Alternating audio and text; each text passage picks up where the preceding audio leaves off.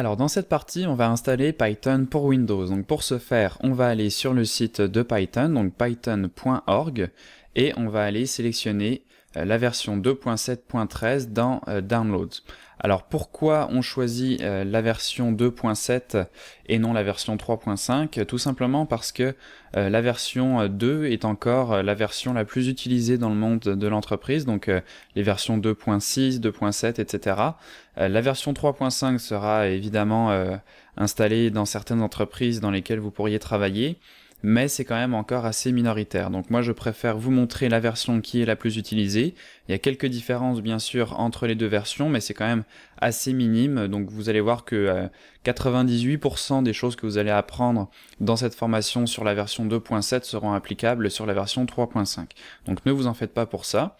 Donc vous voyez qu'automatiquement il a détecté qu'on était sur Windows, donc on a téléchargé la bonne version. Donc si je vais dans mes téléchargements, je peux lancer l'installation de Python 2.7.13.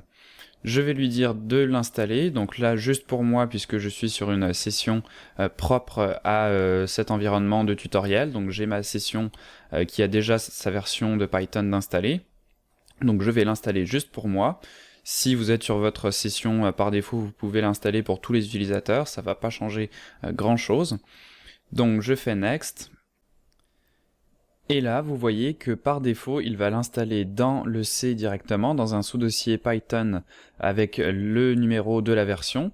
Donc généralement, on le laisse ici, vous pouvez le mettre ailleurs si vous voulez.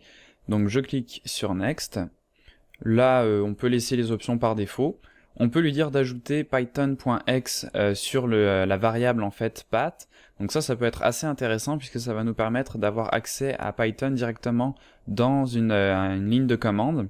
Donc moi je veux cette fonctionnalité ici, donc je vais lui dire de l'installer sur mon disque dur local. Donc je sélectionne cette option qui par défaut n'est pas cochée, toutes les autres on peut les laisser, on veut la documentation, etc. Donc je laisse ces options par défaut, je fais juste cocher la dernière, je vais dans Next, et là il va installer Python pour ma session de Windows. Donc ça va se retrouver directement dans le C ici. Quand il aura fini l'installation, vous allez voir qu'on va avoir un dossier Python 27 ici.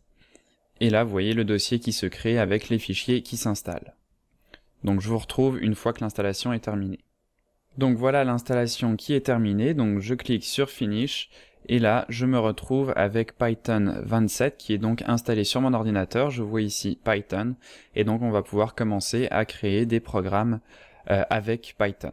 Donc dans la prochaine partie, on va voir comment setuper notre environnement de travail et installer un éditeur de texte qui va nous permettre de commencer à écrire des scripts et des programmes en Python.